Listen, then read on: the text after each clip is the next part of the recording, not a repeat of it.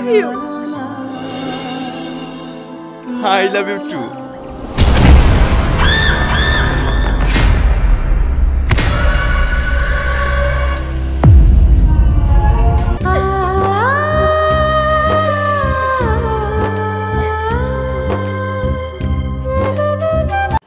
Hello বন্ধুরা, আপনারা দেখতে পেলেন যে পার্ট 1-এ মিথ্যা অভিনয় করে টনি ও টনির মাকে গ্রাম থেকে বার করে দিলেন।